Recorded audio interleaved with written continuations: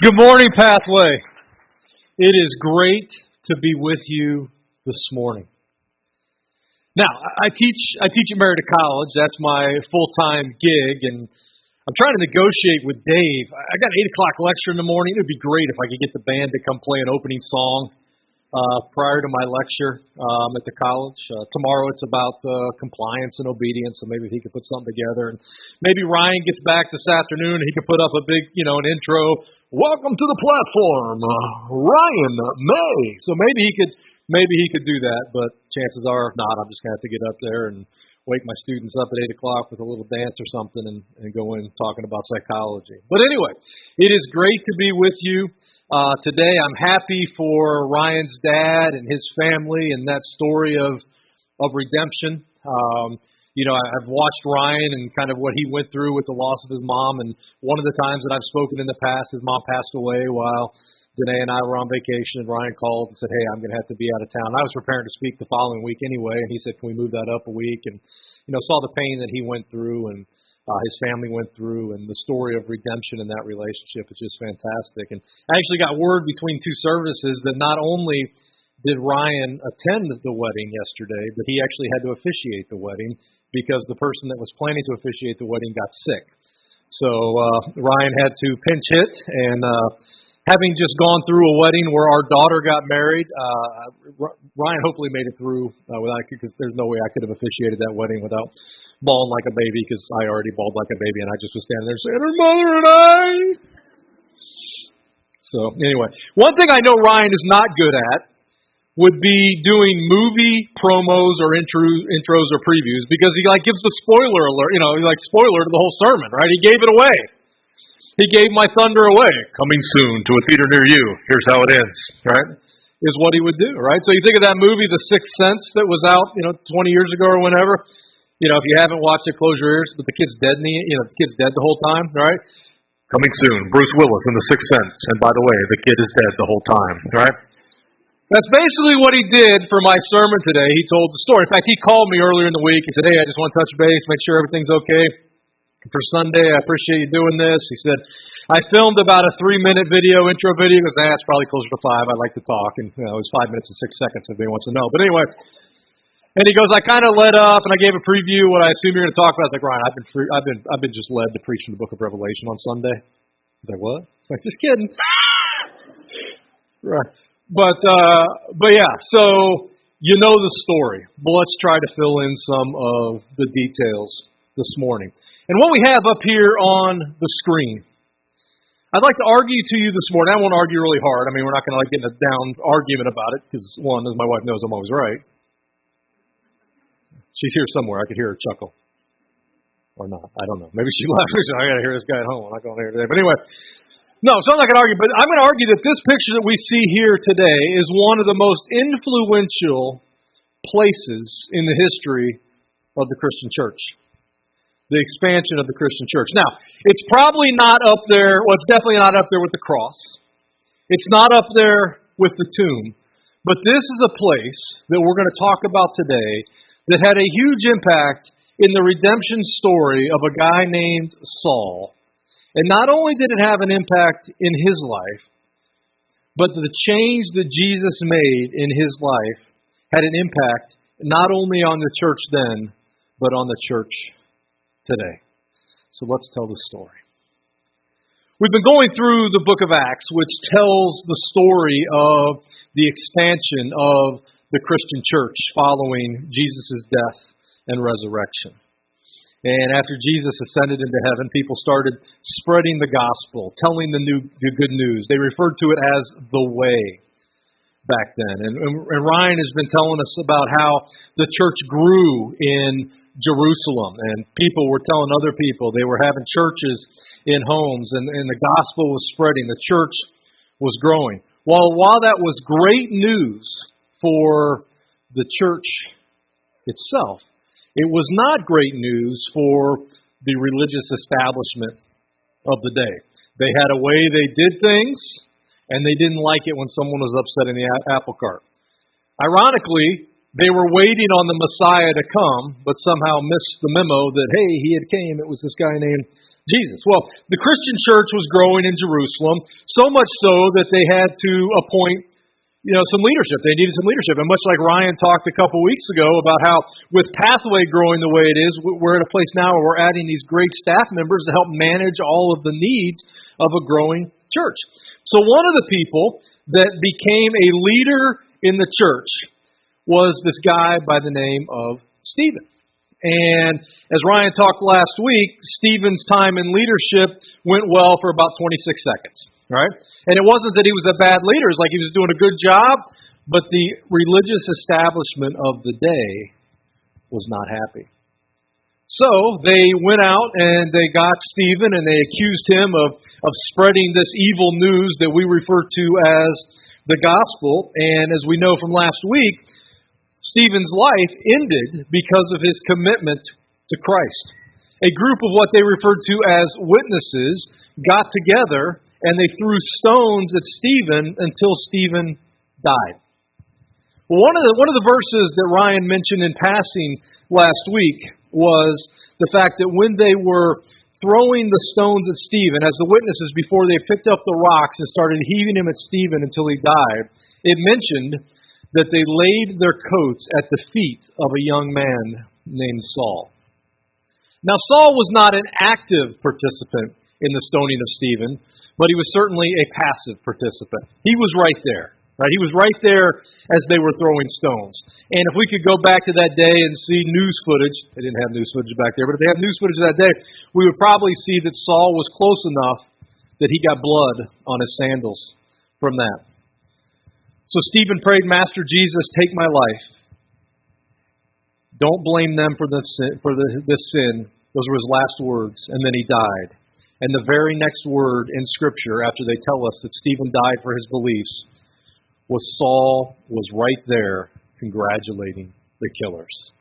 He was happy that Stephen died. What an evil man. Well, it didn't stop there. From that point, Saul went and he said, okay, we stopped Stephen. Now we got to stop the spread of the church. So what Saul did, we're told in verse 3 of chapter 8, and Saul just went wild, devastating the church, entering house after house after house, dragging men and women off to jail. So he said, okay, we've got the leader. Now we got to go after the people. So he led people that they went to. That's where they were meeting. The church of that day met in people's houses. He was going into the houses, taking the men and women out of the houses, dragging them out of the houses. And I don't think it was probably a peaceful, ma'am, sir, will you please follow me to be incarcerated, right? I'm gonna imagine there was some brutality going on. They were yanking them out. They were committed to the cause. Now, this was bad for the church of the day on the surface, but as Ryan talked last week, God used that for His glory. What did the people do? They were afraid of people like Saul, because people like Saul were incarcerating them. They had killed their leader, so they spread. They fled Jerusalem and went all around that part of the world. Well, when they went to those parts around them, they took the gospel with them. And that horrible time in their lives led to the spreading of the gospel. Right? So forced to leave their home base, the followers of Jesus all became missionaries. So you would think that maybe Saul was like, okay, hometown cleaned up, good. Scripture tells us that he probably spent about a year pursuing believers in Jerusalem, dragging them out and sending them to jail. But after a while, he was running out of people, right? Because either he had already incarcerated them, threatened their lives, or he had scared them all away and they had fled to alternate place. So he's not satisfied there. He says, you know what? I'm going after them. So if we look at chapter 9 of Acts, and this is where we pick up in the story of Saul this week. Chapter 9, verse 1. At this time, Saul was breathing down the necks of the Master's disciples. He was out for the kill. He went to the chief priest and got arrest warrants to take to the meeting places in Damascus, so that if he found anyone there belonging to the way, that was the Christian church, whether men or women, he could arrest them and bring them to Jerusalem. Right? So he was not satisfied with the fact that he had contributed to the church being taken out of Jerusalem. He wanted to chase them down and go where they were. So he said, I'm going to go to Damascus. Now, Damascus is about 150 miles from Jerusalem. All right? About the same distance from where I'm standing right now to Pittsburgh, Pennsylvania. Now, if we wanted to get to Pittsburgh today, I'd go out and hop in my truck and, get out on I-77, head north, hang a right at some point, right, and get there, right? Saul did not have a Ford F-150, right? Or didn't have a Honda CR-V, didn't have a motorcycle, right? They didn't have those back then, right? So Ryan didn't spoil that part, right? But anyway, so they had to go by foot and animal. And as we saw in the picture, it's not a clear path. It was a hilly, dusty, dirty, hot environment. So experts tell us that it would probably have taken Saul about 2 weeks to walk from Jerusalem to Damascus. Now, think about how committed you have to be to a cause to walk for 2 weeks in a hot, dusty, dirty environment, and then knowing that once you rounded up all these outlaws that you were going after, that you had to walk and escort them back 2 more weeks on the same hot, dusty, dirty road. You have to be very committed to your cause. So I could just think that Saul and the people with Saul, they were riled up, they were going to get these people of the way, the Christians. We're going to get them in Damascus. So he was on his way. Pick up in verse 3. He set off. When he got to the outskirts of Damascus, he was suddenly dazed by a blinding flash of light. As he fell to the ground, he heard a voice, "Saul, Saul, why are you out to get me?" So he's fallen to the ground and he says, "Who are you, Master?" I'm guessing he had a clue, all right, by his response. And the Master says, "I am Jesus, the one you're hunting down. I want you to get up and enter the city. In the city, you'll be told what to do next." Now his companions stood there dumbstruck. They could hear the sound, but couldn't see anyone. While Saul, picking himself up off the ground, found himself stone blind. They had to take him by the hand and lead him into Damascus. He continued blind for 3 days. He ate nothing, and he drank nothing. So Saul is on this road. He is getting close to his destination. I can just imagine. Think about when you're taking a trip somewhere and you get closer to your destination, you just kind of get excited and you're like, oh yeah, in fact, we actually start driving a little faster when we get closer to our destination. So everybody's excited. Then all of a sudden, Saul, right? Change of plans, right? He met Jesus on that road.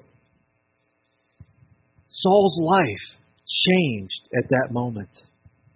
But Saul's not the only person in this story. Saul and Jesus aren't the only ones involved in Saul's conversion. We pick up in verse 10.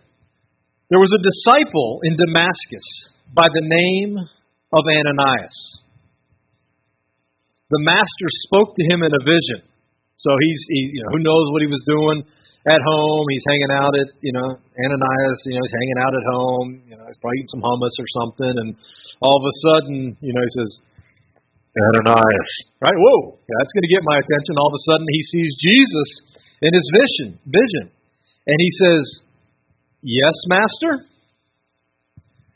So, you get your attention. Think about it. If you're hanging out this afternoon, flipping through the channels on your TV, reflecting on a sermon, you're like, oh, I went to see that Ryan Miller guy, and they substitute some other Ryan. I guess I got to go back next week. At least they had cinnamon rolls. But anyway, so you're thinking that, and all of a sudden in your next to your lazy boy, Jesus shows up and says, "Hello."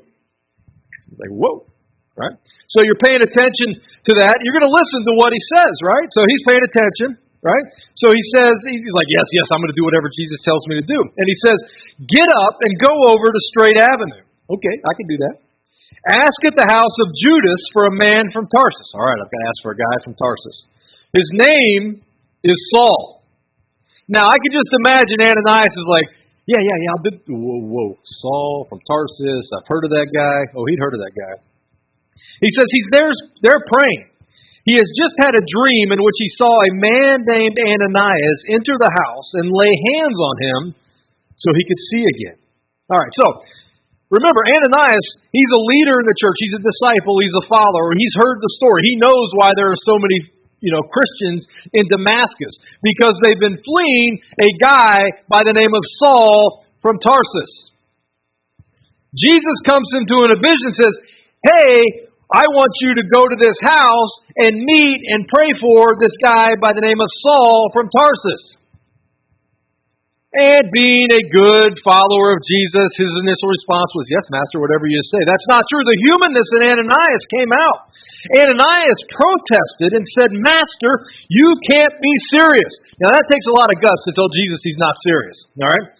He says, Master, you can't be serious. Everybody's talking about this man and the terrible things he's been doing. His reign of terror against your people in Jerusalem. And now he's showing up here with papers from the chief priest that give him license to do the same to us. He's like, no, Jesus, you got the wrong guy. There is no way that it's this Saul from Tarsus that you want me to go minister to him. He's the guy we're trying to get away from, not go towards him. Jesus' response was simple. But the Master said, don't argue. Go. I have picked him as my personal representative to non-Jews and kings and Jews. And now I'm about to show him what he's in for, the hard suffering that goes with this job. So Ananias agreed. He went and found the house.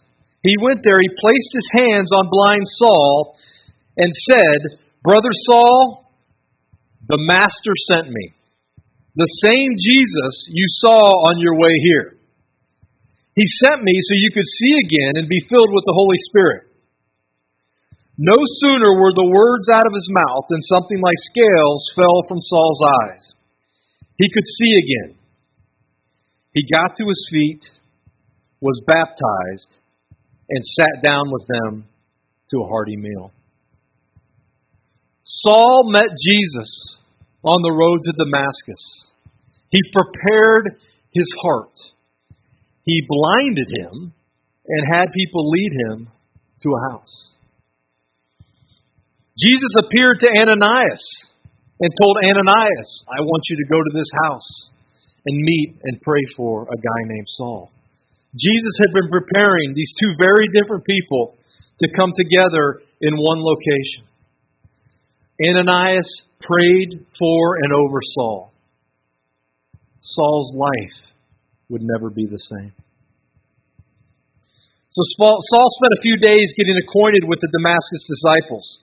But then he went right to work, wasting no time, preaching in the meeting places that this Jesus was the Son of God. Of course, you can imagine people in the meeting places. They were caught off guard by this and not at all sure they could trust him. They kept saying, isn't this the man who wreaked havoc in Jerusalem among the believers? And didn't he come here to do the same to us? Arrest us and drag us off to jail in Jerusalem for sentencing by the high priests. So people that he was preaching to were very suspicious of him. But their suspicions didn't slow Saul down even for a minute. His momentum was up now, and he plowed straight into the opposition, disarming the Damascus Jews and tried to show them that Jesus was the Messiah. So Saul was prayed for by Ananias. He got up. He ate a hearty meal. He spent some time being ministered to and discipled by the followers of Jesus. And then he went to the churches in Damascus, the meeting places there were other people's homes. And he started preaching that Jesus is the Messiah. Jesus is the one that was sent to save us. Now, obviously, as I said, people were naturally skeptical. But after this time, after he preached in Damascus, he went elsewhere. He traveled around that part of the world, spreading the gospel of Jesus. And that's stuff that Ryan will talk about as he continues in to the book of Acts for the next several weeks. Saul, whose life went from chasing people in Jerusalem to chase people in Damascus. That was the purpose of his travel. After he met Jesus, the purpose of his travel changed. It was to facilitate the spread of the gospel, to facilitate the spread of Jesus' words. And in about 2 chapters on in the book, the writer of Acts begins to refer to Saul as Paul. Now you see, in that day, when a baby was born, they were given a couple names. They were given a traditional Jewish name that was their more formal name, that in formal situations that would be what they were referred to. Saul's name was Saul. But they were also giving a more common name that was traditional of their Greek heritage. In Saul's case, that name was Paul. So when Saul was doing his official duties within the Jewish faith, he was referred to as Saul. But probably his friends and family members called him Paul, right? No, they probably called him Paul, right? So that was his more common relational name. And I'm sure Ryan, maybe I'll just say this so it'll force Ryan's hand, kind of like he forced mine today and that. So I'm sure Ryan will cover, how Paul ministered was he relationally, right? When he was a Pharisee, he was very into the rules. He was very into religion. But as he began to spread the gospel, he was into relationships. So people began to know him as his relational name of Paul.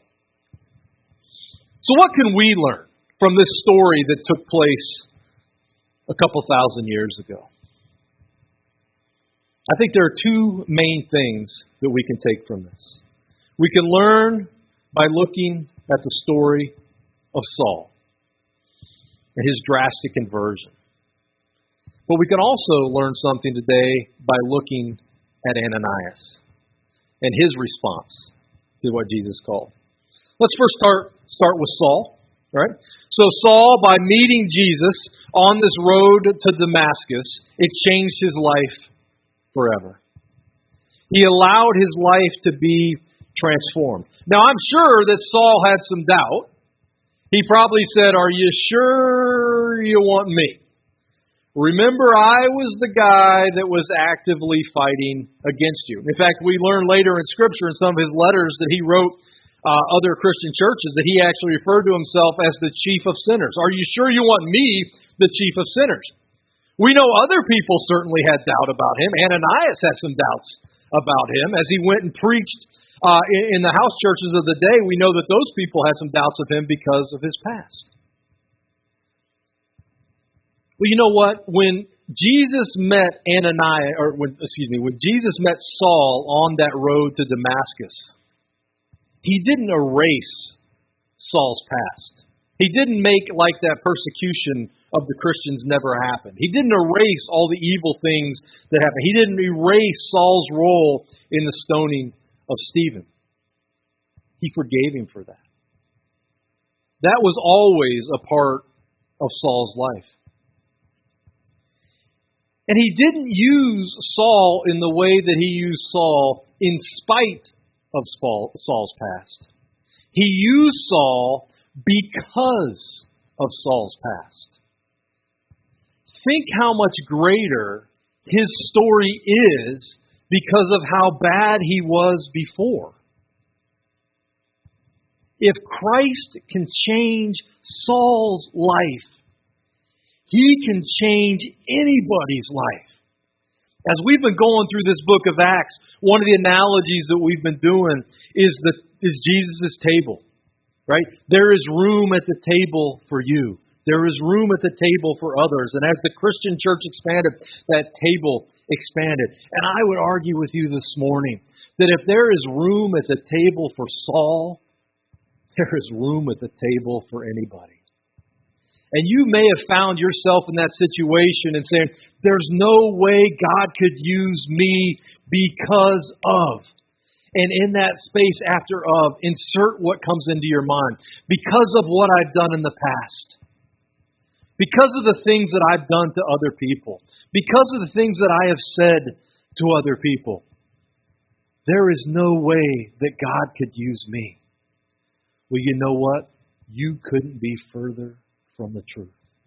A lot of people could look at Saul's life. In fact, a lot of people did look at Saul's life and said, Jesus, there is no way that this Saul guy is the guy that you want to use. And Jesus said, I have decided. He is my chosen missionary to go and spread. Saul had doubts about himself. Other people had doubts about Saul. But there was room at Jesus' table for Saul. And if there's room for Saul, there's room for you. There's room for me. What if we take a look at the other person in this story? Ananias. And maybe you can be sitting here this morning and you actually identify with Ananias. You're a follower of Christ. You try to do the right things. You've known Christ for some time. Has there been that person that Christ has put on your heart that you think about, that unbeliever friend that you say, and you get that nudge in your heart, and you're like, well, maybe I should invite them to church. They say, there's no way. There is no way that person would ever come to church. They're too off, or they've spoken too many things against church. They maybe made fun of me for going to church, so they kind of laugh, or they've done too many things. There is no way. So you either try to ignore that call and you just don't say anything to them. You say, okay, I'm going to follow you, and you go, hey, how you doing? Hey, you want to go to church on Sunday? Oh, by the way, I'm going to hang out Friday night. You want to come over? So you kind of just slide the invitation in, but you didn't really make it serious. Well, just think for a moment. Now, I know God's in control, and he would have found a way around this. But what if Ananias would have kept arguing with God and never would have went and ministered to Saul that day? How could have things been different? Are you an Ananias, and do you have a Saul in your life? I do. I got a couple Sauls in my life. Are there times where I should spend more time heeding the call of Jesus to invite them to church, to minister to them? Yeah. I have a Saul in my life that I've invited to church several times. All right. In fact, Danae told me after the first service, she said actually she knows who my Saul is. And she sent a text to my Saul saying, hey, Ryan's preaching today. Why don't you come to church? I've used that trick before too. Hey, I'm preaching this morning. It means a lot to me if you'd come. And Saul always finds an excuse. Right, that's not really his name, by the way. But anyway, Danae showed me a text, and he told her next time. I'll be there next time. So I hope Danae take a screenshot of that so we can use that. Now, it would have been a little awkward because I really can't see anything out past the third row. I could have been telling the story during the first service about my good friend who there's no way Jesus could, my thoughts, and he could have been sitting there. That would have been a little awkward, right? But no, that didn't happen. But is he calling? Is he calling you to do that? So I would challenge us today. First, let me ask you, if you are an Ananias, if you are a follower of Christ, who is your Saul? Who is that person in your life that you've written off and said there's no way that they would ever come to church? There is no way that Jesus could ever use them. I will say to you that that's probably the exact person that you need to keep working on, keep praying for, keep inviting to church, because God can use them. And you know how I know that? Because I've seen it happen time after time after time. Not only do we hear the story in the Scripture, and we see the way that Jesus met Saul on that road to Damascus and changed his life and used him to be the greatest missionary of all time. I've seen it happen in this church. I can remember 4.5, 5 years ago. It's coming up on 5 years ago now. It was in May of 5 years ago, 2016. I get an email from this guy by the name of Ryan Miller. Never met him. I figured Ryan M. got to be a good guy. All right. If you're a little slow, that's because that's my name too, Ryan M. Different guy, right? So anyway, I read this. He's like, hey, I'd like to connect. I know you're the faculty sponsor for InterVarsity Christian Fellowship, Meredith College. I'd like to connect with some college kids. Can we just meet and chat? Can we meet somewhere for lunch? I'll buy you lunch. I'm like, yes. So we go to Las Trancas, and he goes, I'm going to buy you some free chips today. All right, no, he didn't say that. But so we go to Las Trancas. He's telling me about this thing that it's going, that he really has, that he and his wife, Jana, have felt this call to start a church in Marietta to reach the lost. I thought, that's great, right? I'm thinking, we went to a church for, felt like 50 years, but it wasn't because I'm not even 50 yet. But we had a church ever since we lived in town that we were involved in. We loved that church, but God moved in our heart that day. I went home and told Danae, I was like, hey, this sounds pretty interesting, right? So we decided after much prayer to actually join the launch team. And I've seen in the time that this church has been open, a lot of people who would have identified as a Saul are actually now the Ananiases in the story. In fact, after the first service, someone came up to me and said, I could list 5 or 6 people that were sitting in the same row that 5 years ago would think that they would never set foot in a church. But here they are today, and not only are they here, but they are serving and witnessing to other people. Because you know what happened? We look back at that story, Jesus was working on both sides. Right as he was working in Saul's heart to say, Saul, you need to follow me. Go meet this man by the name of Ananias. He appeared in a vision to Ananias and said, go to this house and minister to this guy named Saul. So don't think that if Jesus is putting someone on your heart, that he is not already working in the heart of that other individual. He has already gone before you to help prepare that. So I challenge you for that today. Now on the other side, maybe you're sitting here this morning and you find yourself in the situation of Saul. Maybe you're here today because someone kept inviting you and you just wanted them to shut up. So I'm going to come to church with you so you quit bothering me. They said, we got Tim Hortons and it'll only last an hour. And you said, okay, as long as you never bother me again. You're sitting here this morning. You got your Tim Hortons, and I'm coming up on an hour. But you've heard something stir in you today. Jesus changed the heart of someone that described himself as the chief of all sinners. He can change your heart today. You too can become a follower of Jesus. And it will be the best decision that you've ever made. Be a part of this movement that's been going on for over 2,000 years of spreading the gospel of Jesus and the life-changing message of Jesus. I invite you today to start that relationship with Jesus. And if someone tells your story several years from now and they put a picture on the screen of this is where that life change took place, they would show a picture of this service this morning. I'm not really sure what it looks like because I have a lot of bright lights in my face, but I'm sure there's a lot of lovely people out there. And Phil. I can't see Phil, all right? So I'm deep enough to be able to see Phil, all right? All right? Sorry about that, Phil, all right? But anyway, today is your day. And I tell you what, Pastor Ryan will not be offended if today is the day that you decide to follow Jesus. If he's been praying for you and he's like, comes with dag nabbit, that May got him, right? No, it's okay. Ryan may be watching right now. I don't know. Sorry if you are, all right? But today could be the day that you meet Jesus. I invite you today to let today be your Damascus moment. If you're interested in starting a relationship with Jesus, please pray this prayer with me. Dear Lord, the path I've been going down in life is not the path that I want for myself. I want you to change my story. I acknowledge that I've done things that are wrong. Please forgive me for that. Come into my life. Change me. Start a relationship with me. Help me to serve you. With every head bowed and every eye closed, if you prayed that prayer this morning, just slip your hand up. Thank you.